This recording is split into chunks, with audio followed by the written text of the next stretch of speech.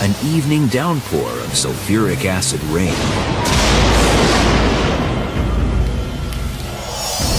Or a hurricane 2 times the size of Earth, lasting 300 years.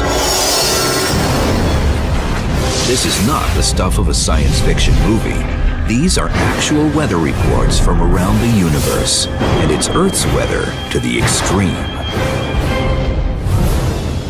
We are counting down some of the biggest, baddest, weirdest, and wildest weather the universe creates.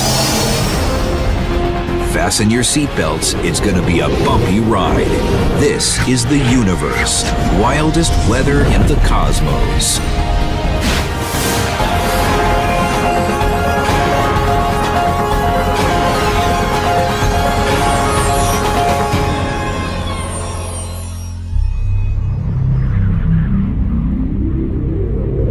Weather is the state of an atmosphere.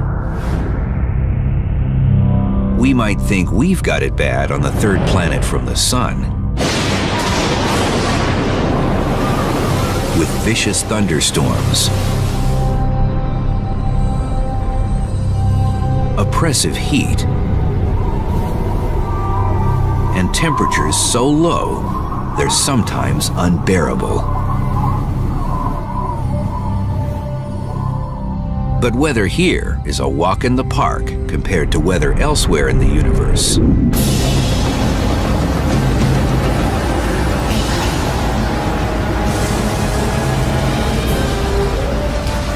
Rain, wind, and storms take on a whole new and strange meaning.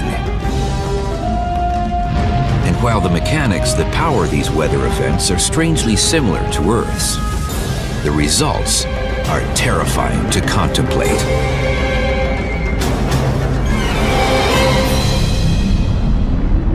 It's 900 degrees Fahrenheit on Venus, hotter than a pizza oven, every day. Mars is bone dry and colder than ice cold.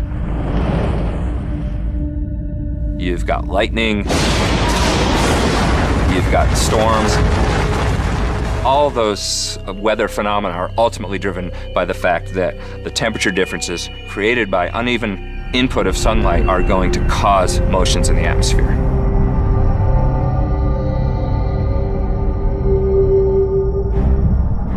Perhaps the answers to Earth's ultimate fate lie in the great unknown of space.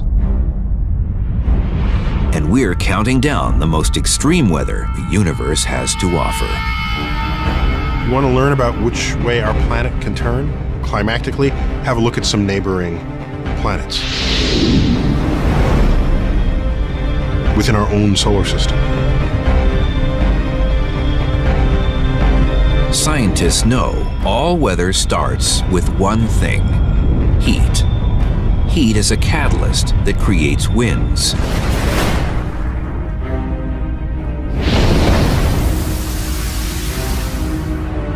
And there are winds on other planets unlike anything Mother Earth has ever seen.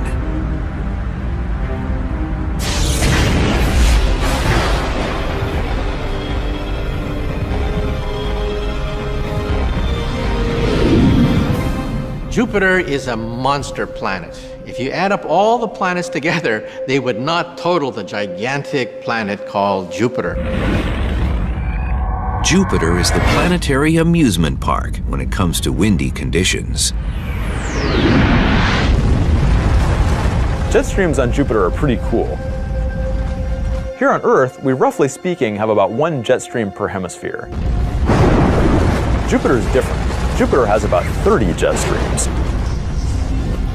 These are associated with the cloud bands. Jupiter's jet streams rip around the planet running in opposite directions. Defined by different colors and visible on its surface, these jet streams tear around Jupiter's astounding 1,000-mile thick atmosphere. Earth, in comparison, has only a few jet streams and an atmosphere only 100 miles thick. But why so many jet streams? And why winds at all on a planet that doesn't even get a quarter of the sunlight as Earth?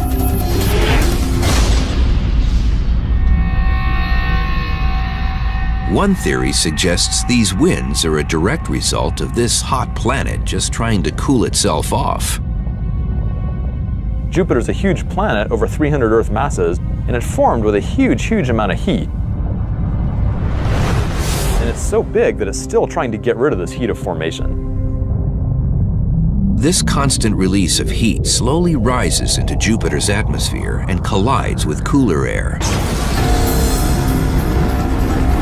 Like Earth and her need to balance hot and cold streams of air in high and low pressure systems, Jupiter also struggles for normalcy.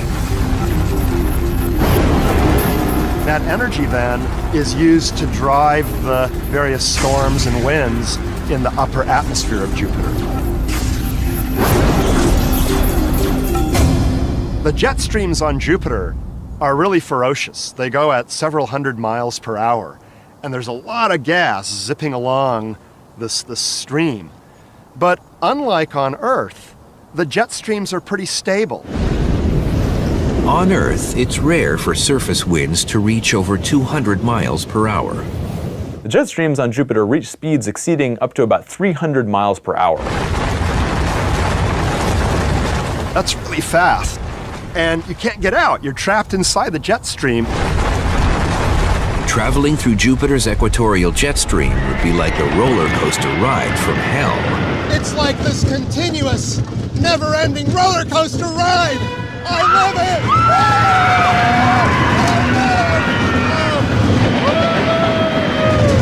Right, Joe! You would be pushed up and down by up to 100 miles.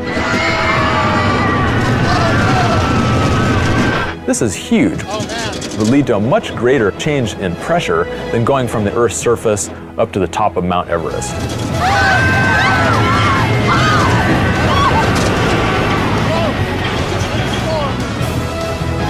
Jupiter's jet streams are pretty impressive, but 300 miles per hour is nothing compared to our next planet.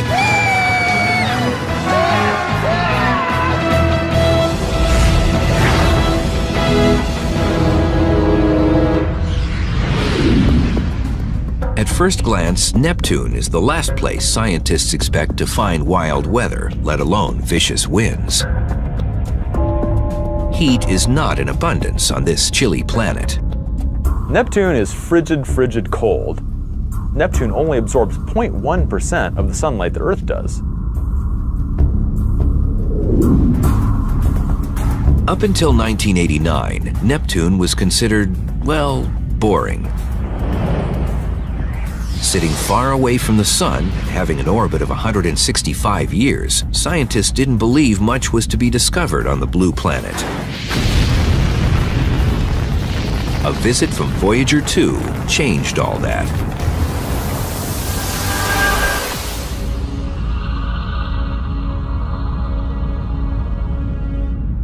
As the orbiter zoomed past the planet, scientists were shocked to discover traces of clouds. Most surprising, these clouds were traveling around Neptune at ferocious speeds. Something was carrying them, but wind so far away from the Sun? Neptune is the windiest planet in the solar system. Winds blow on the surface of Neptune over 1,000 miles per hour. Imagine that, breaking the sound barrier every time you simply look up and the winds blow past you. Scientists estimate winds reach up to 1,500 miles per hour, depending on weather conditions and storms that develop. A major unsolved puzzle in our solar system is the fact that the wind speeds on Neptune are actually much faster than those on Jupiter, despite the fact that Neptune receives only maybe 4% of the sunlight that Jupiter does. This lack of sunlight, or heat, completely contradicts what scientists know about how winds develop here on Earth.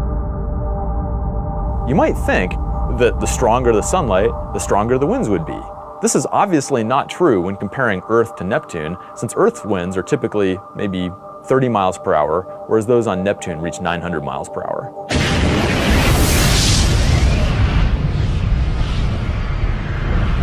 Scientists suspect there is internal heat left over from Neptune's formation billions of years ago, but are perplexed how this internal heat could be enough to drive winds to this speed.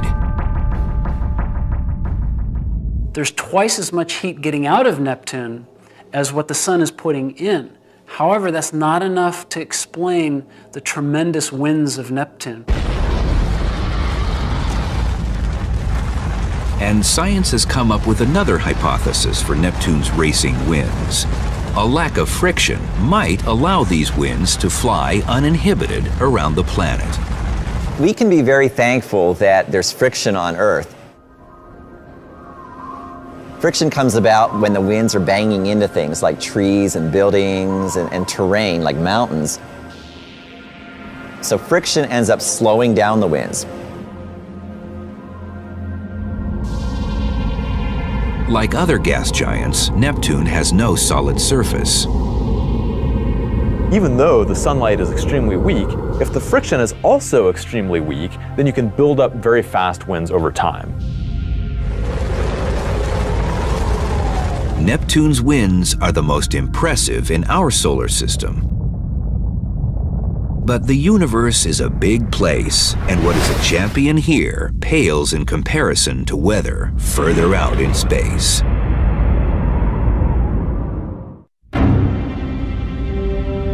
Perhaps the most exciting discovery in planetary science are the most amazing winds we could hope to never experience.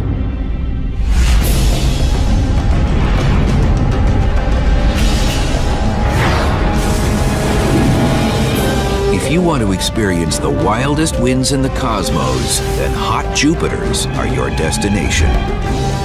Hot Jupiters are a class of exoplanets.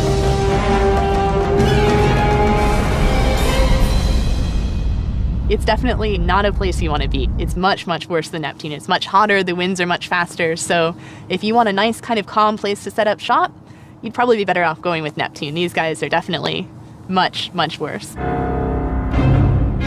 Hot Jupiters orbit tightly around their stars, far closer than Mercury to our own sun.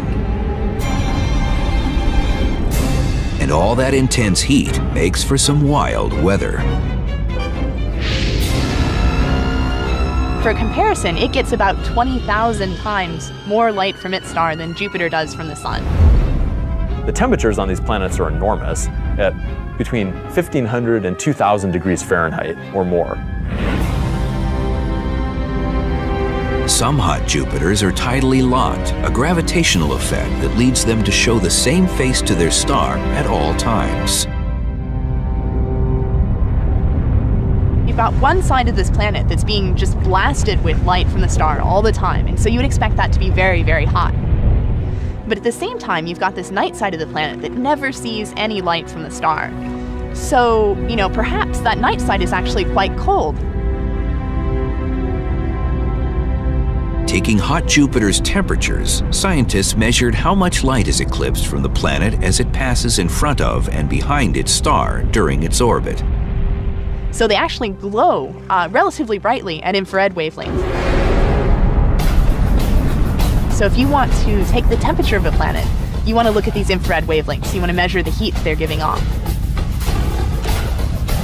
But the temperature difference between the day side and night side was virtually the same.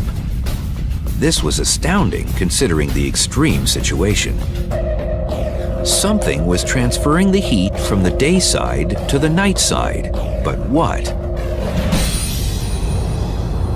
Winds traveling at amazing speeds were the answer. And so our models tell us that the winds could be as fast as maybe 6,000 miles per hour. The 6,000 mile per hour winds inferred on some hot Jupiters is much faster than any winds that we know of in our solar system. How fast is 6,000 miles per hour? At that speed, you could travel from New York to Los Angeles in 20 minutes.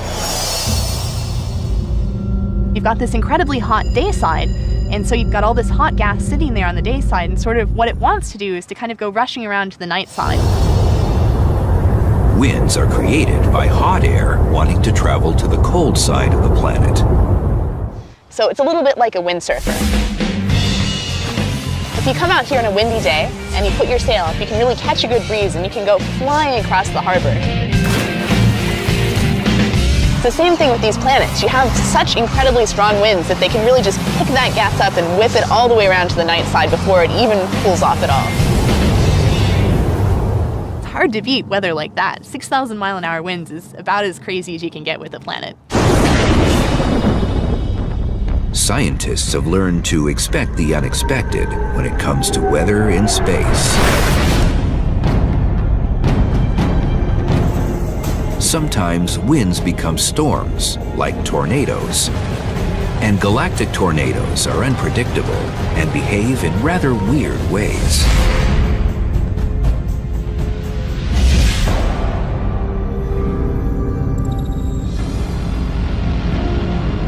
Recently, a tornado of epic proportions was discovered in space.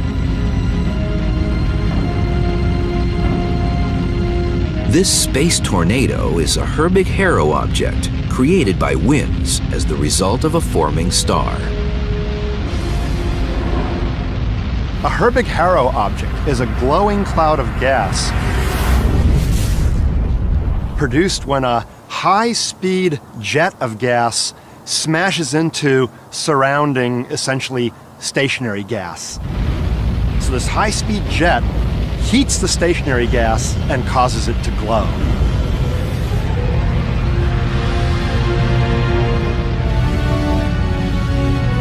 This object would easily be number one on the list of wildest tornadoes in the universe, except for one important fact. It's not actually a tornado. Its shape is very suggestive of a tornado. It has this helical shape to it that looks like it is twisting along, but it's actually not a rotating object like a tornado. Unlike a tornado on Earth, where a vortex of wind creates a conical shape, this tornado is created by magnetic forces, creating a wake of cosmic dust and particles. This one appears to have sort of a spiral shape within it. And that's really kind of weird because most of the others really don't have the spiral pattern. But the cause of the spin is probably different from that of a tornado on Earth.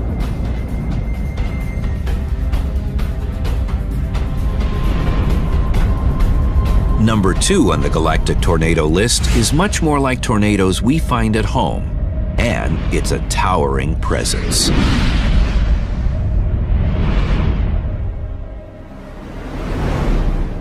They're called dust devils, and they are Mars's answer to a planetary tornado.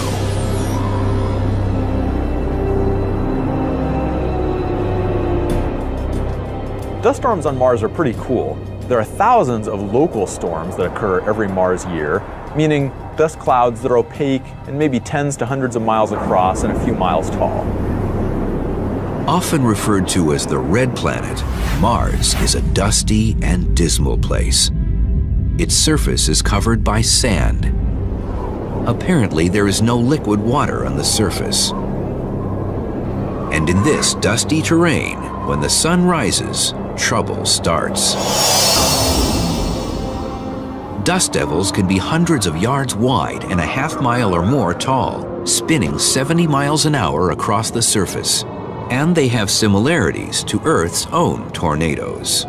As far as the basic forces inside a dust devil, they're pretty similar to in a tornado.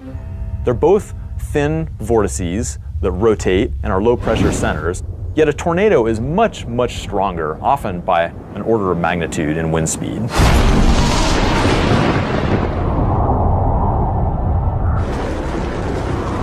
The power of a tornado is undeniable.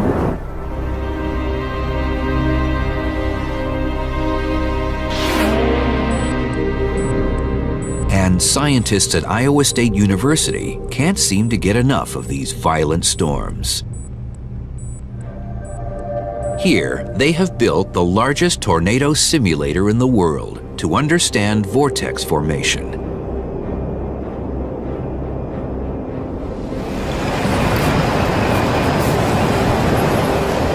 Understanding the power of a tornado on the small scale here might lead scientists to understand these beasts on a grander or even galactic scale. Scientists use dry ice and packing peanuts to observe vortex behavior. There's a 6 feet diameter fan on top of me, as you can see, which produces the suction, and the flow goes up and comes through the outer duct, and it's rotating, and then the flow converges to the center and again goes up. And as it's going up, it produces the vortex of a certain size which we can control. Combined, these elements perfectly mimic the formation of a vortex as it swells from its base and grows to a funnel. Scientists know that just like tornadoes on Earth, dust devils form from the ground up. Sunlight comes down and heats up the surface, and that heat needs to be convected away by hot blobs of air. As these hot blobs move away from the surface, air is drawn in, and just like an ice skater pulling in her arms, that air spins up, moving faster and faster, and with those higher speeds, kicks dust up into the atmosphere. As this hot blob of air moves away from the surface, the dust devil will become taller and stronger, reaching altitudes of several hundred meters or more and widths of typically 100 meters, and will get stronger as dust continues to be injected into its interior. And then the dust devil will move off into the distance. However, if a future space colonist was trapped in a Mars dust devil, it wouldn't be fatal. The atmosphere on Mars is very thin, so the wind could be blowing on you and you barely feel it. The pressure on you would be relatively low. So you're not going to say, oh, what was that? I just got bowled over by a dust devil. No, that's not going to happen.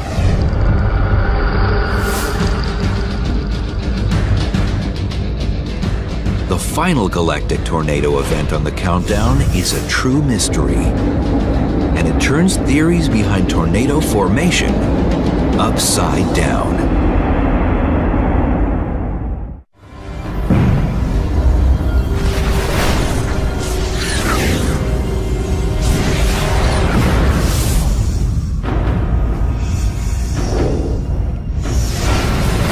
The final tornado on the countdown is double trouble.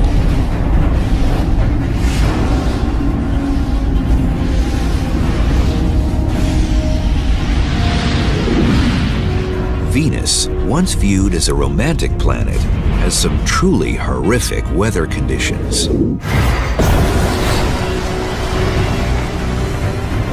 Oppressive heat, the greenhouse effect gone amok. This is one planet that is constantly trying to cool itself off with no success.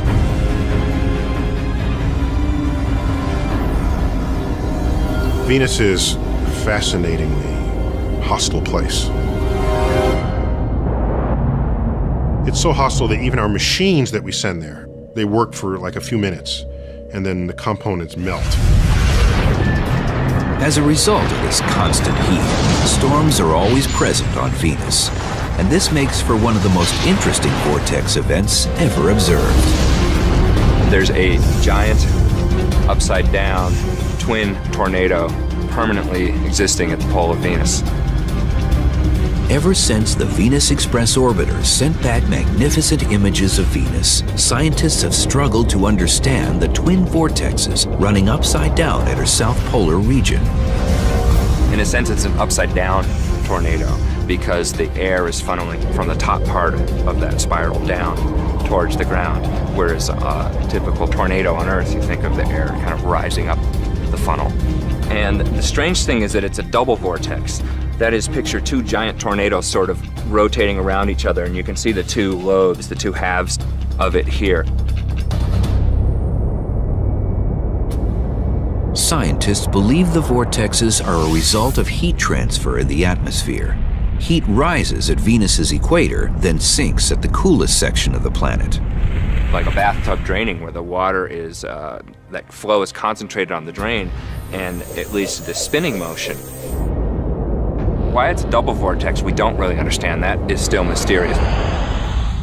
This storm is an enormous presence on Venus. It's thousands of miles across. The winds it generates are hundreds of miles an hour. And these vortexes are a permanent fixture on Venus.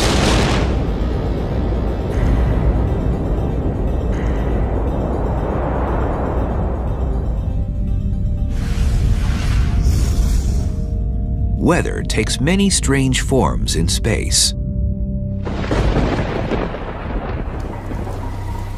Even rain.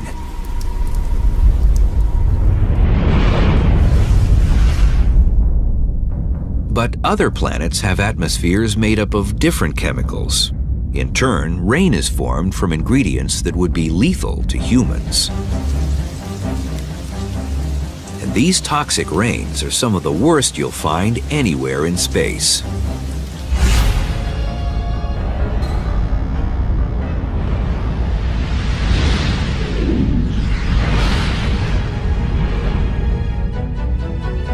Far out past the rings of Saturn lies the second biggest moon in the solar system.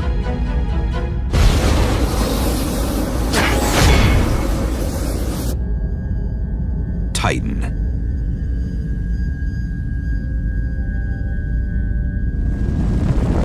In 2005, the Huygens Cassini probe pierced Titan's atmosphere, landing on its surface. What it discovered was a place with features eerily similar to Earth's.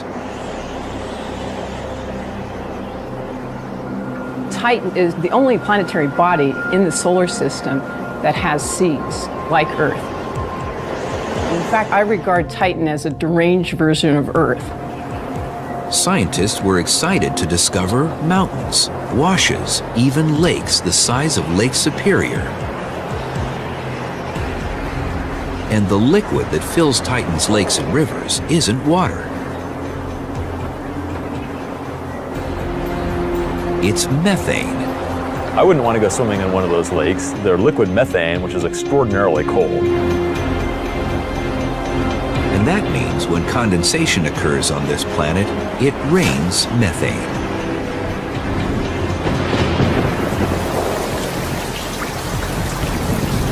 Rain on Titan isn't an everyday occurrence. In fact, scientists have only witnessed cloud formation a few times. But the evidence is everywhere. Deep washes as a result of significant rainfall.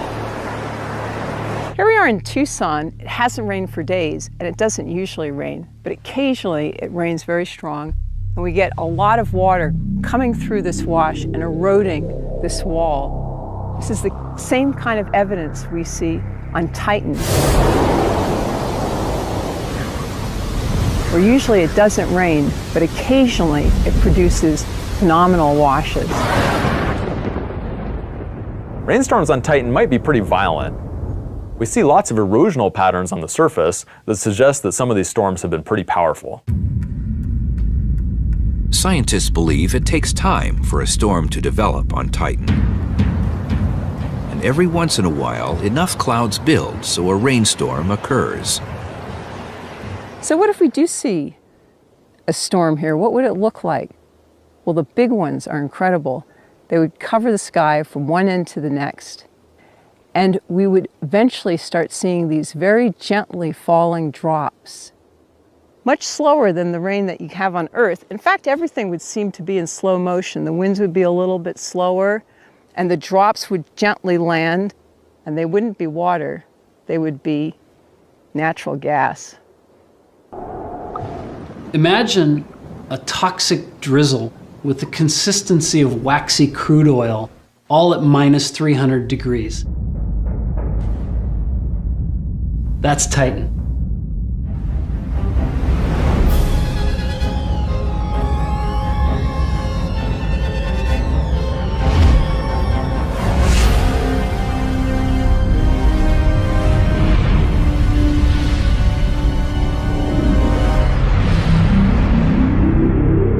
Back on Venus, There's never an issue with getting enough heat from the sun. With carbon dioxide forever trapped in the atmosphere, it has a greenhouse effect gone wild.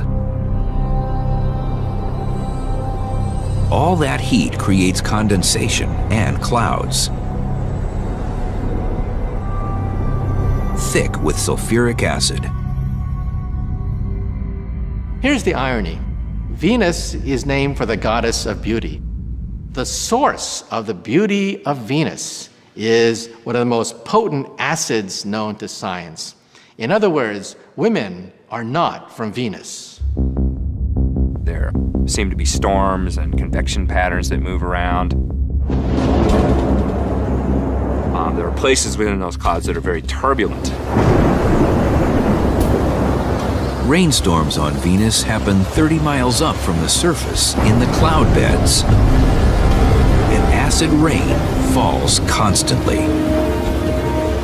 The thing about the acid rain on Venus is that it literally is battery acid. It's so strong, that acid, that it would eat through skin and do very nasty things. So whatever's left of your body would be burnt into a charred piece of powder by the sulfuric acid. But the final rain on the countdown is the most toxic, if not the most dangerous of all.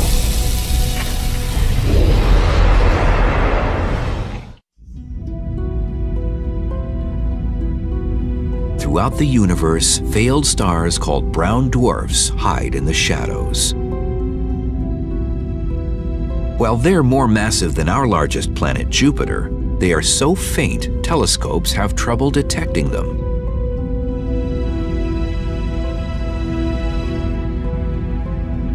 A brown dwarf is a failed star. It's a wannabe. It's a ball of gas that never quite made it. You have to have a certain amount of gas before you get ignition and you get a beautiful star emerging. A brown dwarf just didn't make it. Despite being a failure as a star, temperatures on brown dwarfs are still pretty impressive. At over 3,000 degrees Fahrenheit. And unlike stars that are too hot to have weather, brown dwarfs have cooled enough to experience convection and condensation.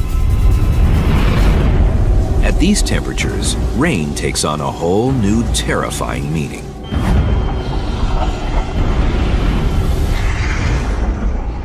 Deep in the atmosphere of a brown dwarf, it's so hot that even iron is a vapor. It's a gas, like water is in our own atmosphere.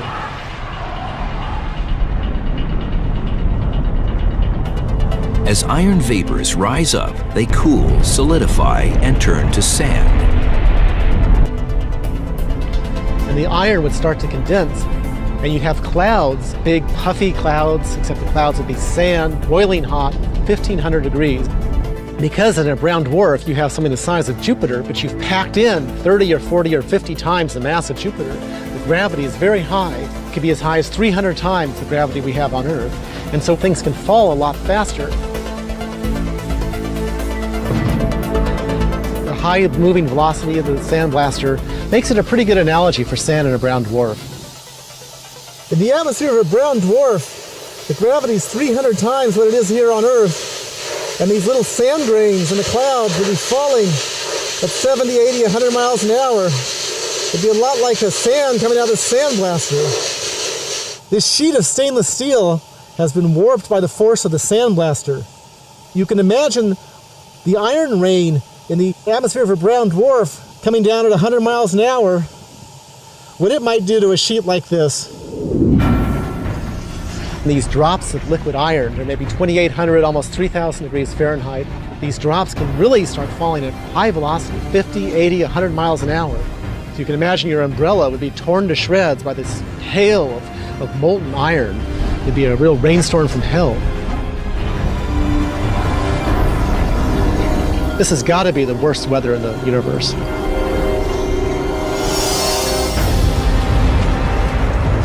Heat, convection, condensation. The elements of weather. Alone, they cause spectacular rains, supersonic winds, and heat on other planets. Combine them, and incredible storms are formed.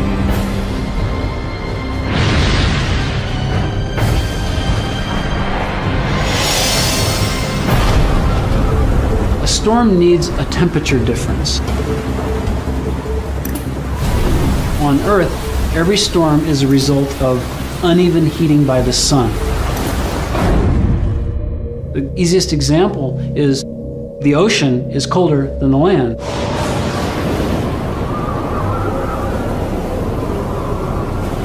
Hurricanes, cyclones, and vortexes are the great wonders of weather on Earth. But also in space.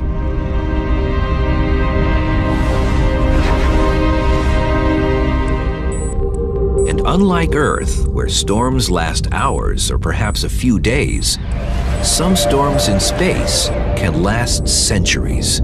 These hurricanes would make our hurricanes on Earth look like a summer breeze.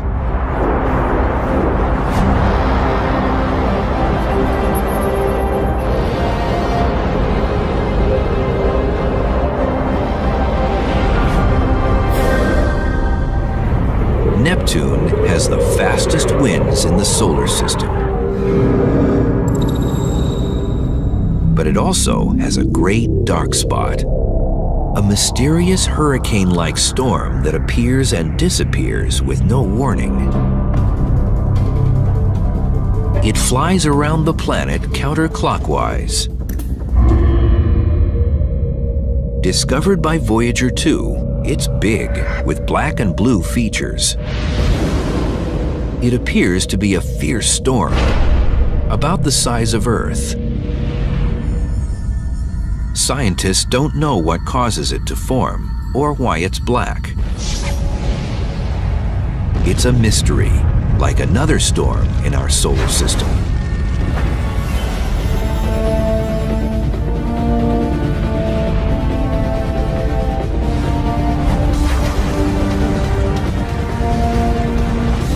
Saturn is famous for its magnificent rings, but is a little mysterious when it comes to its atmosphere. But sit back and wait 30 years, and Saturn will put on a storm so magnificent it would impress Mother Nature herself.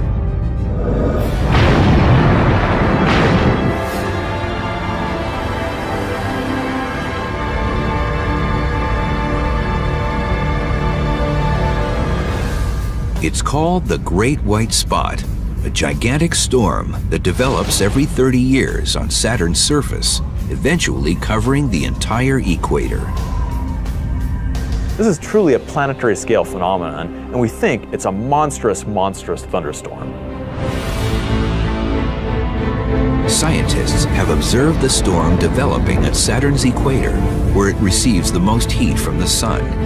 Perhaps heat builds over time and finally bursts into a storm on a planet that has no surface or friction to slow it down. In other words, it's sort of like a vicious circle where once you get the ball rolling, it just rolls down the hill and, the storm goes global. Months later, the storm runs out of energy, only to lie dormant for another 30 years. What the cause or timescale means, scientists truly don't know. But Saturn's Great White Spot is not as powerful or everlasting as our biggest storm in the solar system.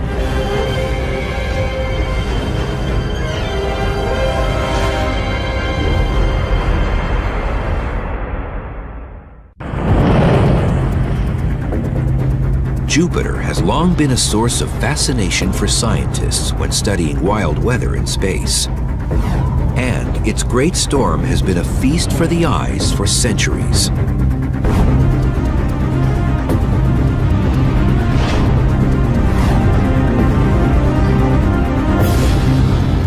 Jupiter is the giant of our solar system, dwarfing all other planets.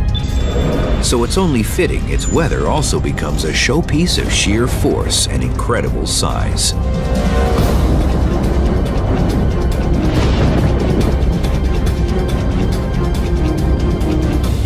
In 1664, the astronomer Robert Hooke noticed something strange about Jupiter. There was a pimple there, which we now call the Great Red Spot. It's been stable. Think of it.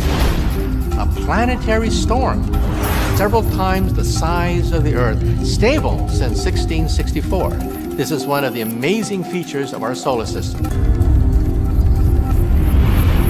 The Great Red Spot was named that long before we knew what it was, because you can see it from a telescope on Earth. And so for hundreds of years, people have known about this Great Red Spot. The Great Red Spot is the most impressive storm of our solar system. And it's been churning for at least 300 years. The mother of all hurricanes in our solar system is actually on Jupiter. It's not technically a hurricane, but it behaves very much like one. It has a heat source, it has swirling winds, but it dwarfs anything on our planet. This storm is so big you could take 2 Earths and stick them right inside the storm. The winds are blowing at 300 miles an hour.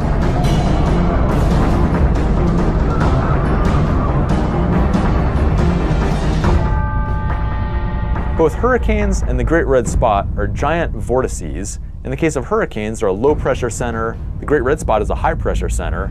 In both cases, there are high-speed winds circling the vortex.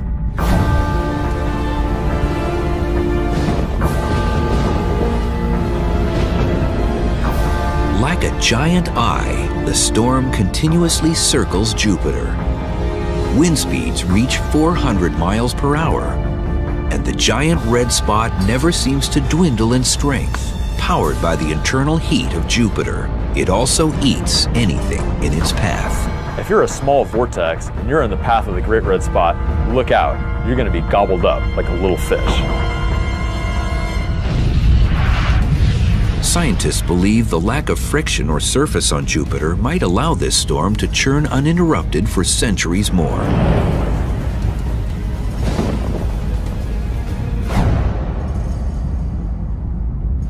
On Earth, because of the strong friction, when hurricanes hit land, they tend to fall apart in just a few days. On the other hand, the Great Red Spot has a lifetime of over 100 years. We don't really understand this in detail, but it probably means that the friction in Jupiter's atmosphere is very weak compared to an Earth's atmosphere. Jupiter is a good example of a planet where the planet itself is what's supplying at least some of the energy to drive a storm that's lasting for centuries.